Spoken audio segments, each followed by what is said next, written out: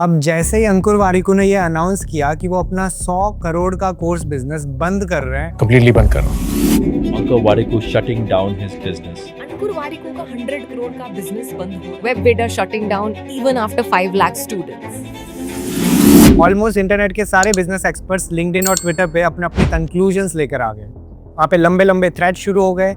Experts दावा करने लगे कि एआई की वजह से ऑनलाइन कोर्सेज का फ्यूचर ही खत्म हो गया है, इसलिए अब इस बिजनेस में कोई स्केलेबिलिटी नहीं बची है। लेकिन ऑनेस्टली एक बात बताऊं, ये सारे के सारे एक्सपर्ट्स सिर्फ सरफेस लेवल चीज़ें देख रहे हैं। वो उस असली बैकएंड शिफ्ट को पूरी तरीके से मिस कर रहे हैं जो सीधे आपकी और हमारी जेब पे असर डालने वाले हैं। क्योंकि गेम अब अंकुर वारिकू का नहीं है, गेम इस कड़वे सच का है कि इंटरनेट पे इंफॉर्मेशन अब पूरी तरीके से मुफ्त और अनलिमिटेड हो चुकी है। और अगर आप आज भी वही पुराने मॉडल फॉलो कर रहे हैं, मतलब कंटेंट बनाना, वेबिनार करना और वन टाइम सर्विस या फिर कोर्स बेचना, तो आप बहुत जल्दी मार्केट से बाहर होने वाले हो। तो इस वीडियो में हम कोई सतही गॉसिप नहीं करेंगे, हम सीधे इस गेम के बैकएंड को डिकोड करेंगे। हम समझेंगे कि क्यों 4999 का एक कोर्स बेचने वाला मॉडल अचानक से कोलैप्स हो गया और क्यों वारिकू को 1999 का सब्सक्रिप्शन मॉडल लॉन्च करना पड़ा। इसके पीछे की असली बिजनेस मैथ क्या है। हम बात करेंगे पर्सनल ब्रांड की उस डार्क रियलिटी की जिसे द फाउंडर्स ट्रैप कहते हैं, कि कैसे आपका खुद का चेहरा ही आपके बिजनेस को स्केल होने में सबसे बड़ी जंजीर बन जाता है। और सबसे इम्पोर्टेंट बात, और अगर आप एक फ्रीलांसर है या स्मॉल क्रिएटर या फिर मार्केटर हो, तो अगले 5 साल तक इस बदलते माहौल में टिके रहने का एग्जैक्ट सर्वाइवल फ्रेमवर्क क्या होगा, बिना किसी इमोशन या फिर फालतू मोटिवेशन के प्योर बिजनेस डेटा और लॉजिक के साथ में इस गेम को समझना शुरू करते हैं। तो सबसे पहले एक चीज क्लियर कर लेते हैं, अंकुर वारिकू ने कोर्सेज हटाए नहीं है, उन्होंने इंफॉर्मेशन बिजनेस बंद नहीं किया है, उन्होंने बिजनेस मॉडल बदला है। पहले उनका मॉडल काफी सिंपल था, अलग अलग टॉपिक्स के अलग अलग कोर्सेज, यूट्यूब अलग, फ्रीलांसिंग अलग, कम्युनिकेशन अलग, करियर अलग, मतलब हर स्किल का अलग प्रोडक्ट। और ऑनेस्टली ये मॉडल सिर्फ वारिकू का नहीं था, पिछले कुछ सालों में लगभग पूरी क्रिएटर इकोनॉमी इसी मॉडल पे चल रही है। फ्री कंटेंट डालो, ऑडियंस बिल्ड करो, ट्रस्ट बिल्ड करो, फिर कोर्स बेचो। और ये मॉडल काफी अच्छी तरीके से काम भी कर रहा था। लेकिन अब इंटरेस्टिंग चीज शुरू होती है। वारिकू ने सडनली अनाउंस किया कि अब वो अलग अलग एक्सपेंसिव कोर्सेज की जगह एक सिंगल सब्सक्रिप्शन मॉडल होगा, करीब 1999 ईयरली, जिसमें सारे existing courses, future courses, community access, daily learnings, job related features और इवेंचुअली टीचर इकोसिस्टम भी शामिल होगा। अब सरफेस लेवल पे देखो तो ये सिर्फ एक प्राइसिंग का चेंज लगता है, लेकिन एक्चुअली ये उससे कहीं ज्यादा बड़ा शिफ्ट है, क्योंकि यहाँ पे प्रोडक्ट सिर्फ कोर्स नहीं रह जाता, ये धीरे धीरे इकोसिस्टम बनना शुरू हो जाता है। और इंटरनेट बिजनेस में यही सबसे बड़ा इवोल्यूशन होता है, जब कंपनी इंफॉर्मेशन बेचने से आगे बढ़ के यूजर रिटेंशन बिल्ड करना शुरू कर देती है। अब नेटफ्लिक्स जो है वो सिर्फ मूवीज नहीं बेचता, उनका रियल बिजनेस है आपको बार बार प्लेटफॉर्म पे वापस लाना। और शायद अब क्रिएटर्स भी वही करने की कोशिश कर रहे हैं। अब थोड़ा बिजनेस का मैथ समझते हैं कि कोई 4999 का एक कोर्स बेचना बंद करके 1999 में सब कुछ क्यों देगा। पुराने मॉडल में अगर 10,000 लोग कोर्स खरीदते थे तो वो एक वन टाइम ट्रांजैक्शन था। अगले साल फिर से जीरो से शुरू करो, फिर से सेल्स करो। और अब नए कस्टमर्स को लाने की कॉस्ट, कस्टमर एक्विजिशन कॉस्ट हर साल बढ़ रही थी। लेकिन 1999 के ऑल एक्सेस मॉडल में गेम बदल जाता है। यहाँ पे वॉल्यूम और प्रेडिक्टेबिलिटी का खेल है। अगर 50,000 लोग भी इस इकोसिस्टम का हिस्सा बन जाते हैं तो ये सीधे 10 करोड़ का एनुअल प्रेडिक्टेबल रिकरिंग रेवेन्यू बन जाता है। यही अगले साल बिजनेस जीरो से शुरू नहीं करना पड़ेगा, 10 करोड़ से शुरू करना पड़ेगा। इसे कहते हैं ट्रांजैक्शनल इनकम को एसेट बेस्ड इनकम में बदलना। क्योंकि एक बार जब यूजर को इकोसिस्टम के अंदर लाया जाता है तो बिजनेस सिर्फ प्रोडक्ट सेल से नहीं रहता, वो रिकरिंग रिलेशनशिप बन जाता है। और इंटरनेट बिजनेस की दुनिया में यही सबसे पावरफुल चीज है। अब यहाँ सबसे इंपॉर्टेंट चीज समझनी पड़ेगी, आखिर पिछले कुछ सालों में क्रिएटर इकोनॉमी का पूरा मॉडल काम कैसे करता था। क्योंकि ऑनेस्टली ये मॉडल काफी ब्रिलियंट था। सिंपल लैंग्वेज में समझें तो पहले क्रिएटर्स फ्री कंटेंट डालते थे, YouTube videos, Instagram reels, LinkedIn post या फिर ट्विटर थ्रेड्स। उस फ्री कंटेंट से अटेंशन आती थी, फिर ट्रस्ट बिल्ड होता था और फिर उसके बाद शुरू होता था actual business model. Webinar, workshop, master class, limited time offer, bonus, countdown, timer, काफी सारी चीजें। अगर आपने पिछले 4-5 साल इंटरनेट पे बिताए हैं तो आपने इस फनल को शायद सैकड़ों बार देखा होगा। और इंटरेस्टिंग बात यह है कि ये मॉडल जेन्युइनली काम भी करता है, क्योंकि उस समय इंटरनेट पे 3 चीजें तेजी से ग्रो कर रही थी। पहली है चीप इंटरनेट, दूसरी एस्पिरेशनल मिडिल क्लास और तीसरी स्किल बेस्ड इनकम अपॉर्चुनिटीज। लोग जॉब्स के अलावा दूसरी इनकम पॉसिबिलिटीज भी खोज रहे थे। Freelancing, content creation, digital marketing, online business और क्रिएटर्स उस डिमांड को कैप्चर कर रहे थे।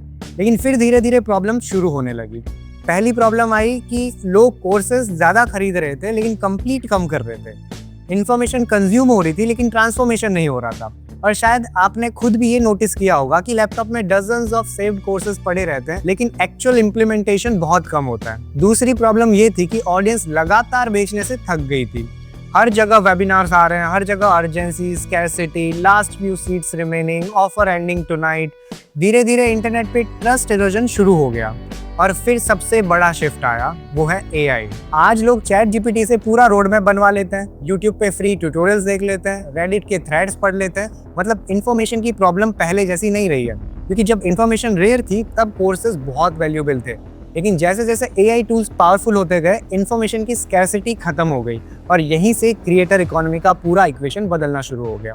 क्योंकि अब सवाल ये नहीं था कि इन्फॉर्मेशन किसके पास है, अब सवाल ये है कि अटेंशन, ट्रस्ट और रिटेंशन किसके पास है। और शायद इसी वजह से अब क्रिएटर इकोनॉमी का पूरा फोकस बदलने लगा है। पहले गेम सिंपल था, अटेंशन लाओ, कोर्स बेचो, नेक्स्ट लॉन्च करो। लेकिन अब क्रिएटर एक नई प्रॉब्लम फेस कर रहे हैं। यूजर को सिर्फ खरीदने के लिए कन्विंस करना इनफ नहीं है, अब चैलेंज है यूजर को लंबे समय तक इकोसिस्टम के अंदर कैसे रखा जाए। क्योंकि आज इंटरनेट पे इंफॉर्मेशन ऑलमोस्ट एवरीवेयर अवेलेबल है।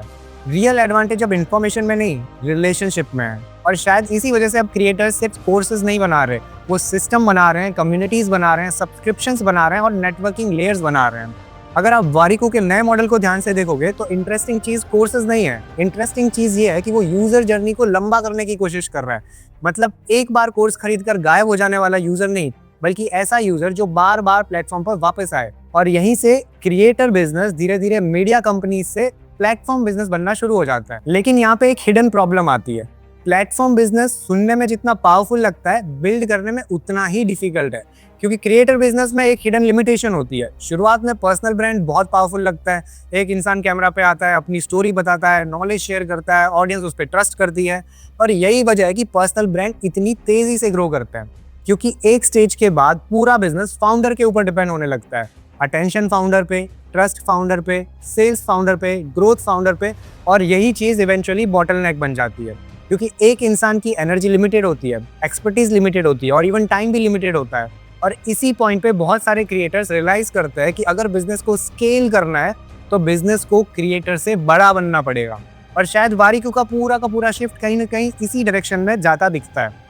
अगर आप ध्यान से देखोगे तो वो सिर्फ कोर्सेज नहीं ऐड कर रहा, वो क्रिएटर डिपेंडेंसी को कम करने की कोशिश कर रहा है। Teacher market place, community layer, job system, daily learning, मतलब प्लेटफॉर्म ऐसा बने जो सिर्फ एक इंसान के कंटेंट पे डिपेंडेंट ना रहे। स्मार्ट फाउंडर्स ऑडियंस को अपने ऊपर डिपेंडेंट नहीं रखते, वो सिस्टम बिल्ड करते हैं। और इसी बिजनेस की भाषा में कहते हैं द फाउंडर्स ट्रैप। शुरुआत में लोग आपके चेहरे को देख के आते हैं, लेकिन अगर आपके बीमार होने से या आपके ब्रेक लेने से बिजनेस की सेल्स गिर जाती है तो आप बिजनेस ओनर नहीं हो, आप सिर्फ एक हाई पेड फ्रीलांसर हो। वारिको का ये कदम इसी फाउंडर्स ट्रैप से बाहर निकलने की एक सोची समझी कोशिश है। कोर्सेज से अपना चेहरा हटाकर उसकी जगह दूसरे टीचर्स का मार्केट प्लेस और जॉब नेटवर्क खड़ा करना उसके पर्सनल ब्रांड को एक इंस्टीट्यूशनल ब्रांड में बदल रहा है। क्योंकि आखिरकार ऑडियंस बिल्ड करना और स्केलेबल बिजनेस बिल्ड करना दो अलग अलग चीजें हैं। पर्सनल ब्रांड शुरुआत को फास्ट कर सकता है, लेकिन लंबे समय में सिस्टम ज्यादा पावरफुल बनाता है। अब ऐसे सिस्टम जो फाउंडर के बिना चल सके, ग्रो कर सके, इवॉल्व कर सके, और शायद क्रिएटर इकोनॉमी का अगला फेज भी यही है। और इस पूरी डिस्कशन का सबसे इंपॉर्टेंट हिस्सा यही है। अगर आप फ्रीलांसर हो, क्रिएटर हो, एजेंसी चला रहे हो, कंसल्टिंग करते हो या इंटरनेट पे किसी भी तरीके की इनकम बिल्ड करना चाहते हो, तो इस पूरे शिफ्ट का मतलब आपके लिए क्या है? क्योंकि ऑनेस्टली क्रिएटर इकोनॉमी बदल रही है, लेकिन इसका मतलब ये नहीं है कि अपॉर्चुनिटीज खत्म हो रही है। मतलब सिर्फ इतना है कि पुराने मॉडल्स धीरे धीरे वीक हो रहे हैं। और शायद आने वाले समय में सबसे बड़ा डिफरेंस स्किल नहीं बनाएगी, डिस्ट्रीब्यूशन और सिस्टम बनाएगा। क्योंकि आज स्किल सीखना पहले जितना डिफिकल्ट नहीं है।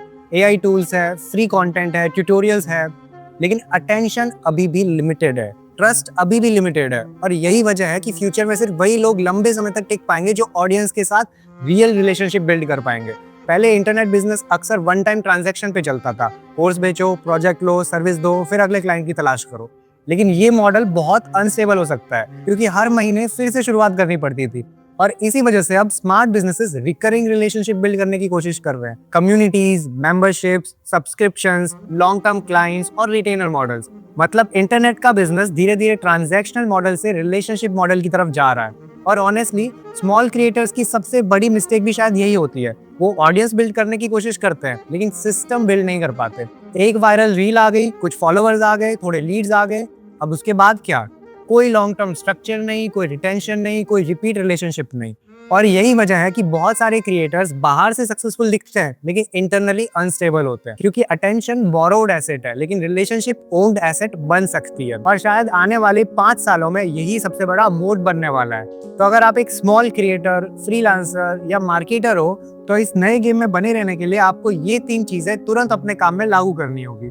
इसे आप द सर्वाइवल मैट्रिक्स कह सकते हैं। पहला काम, stock selling information and start selling implementation. Client या फिर ऑडियंस को सिर्फ ये मत बताओ कि क्या करना है, वो तो गूगल और एआई को पता है।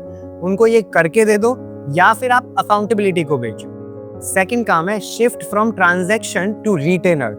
वन टाइम प्रोजेक्ट ढूंढना बंद कर दो। अपनी सर्विसेज को इस तरीके से पैकेज करो कि क्लाइंट आपको हर महीने एक फिक्स रिटेनर फीस दे, भले ही वो छोटी क्यों ना हो। बिजनेस में प्रेडिक्टेबिलिटी लाओ।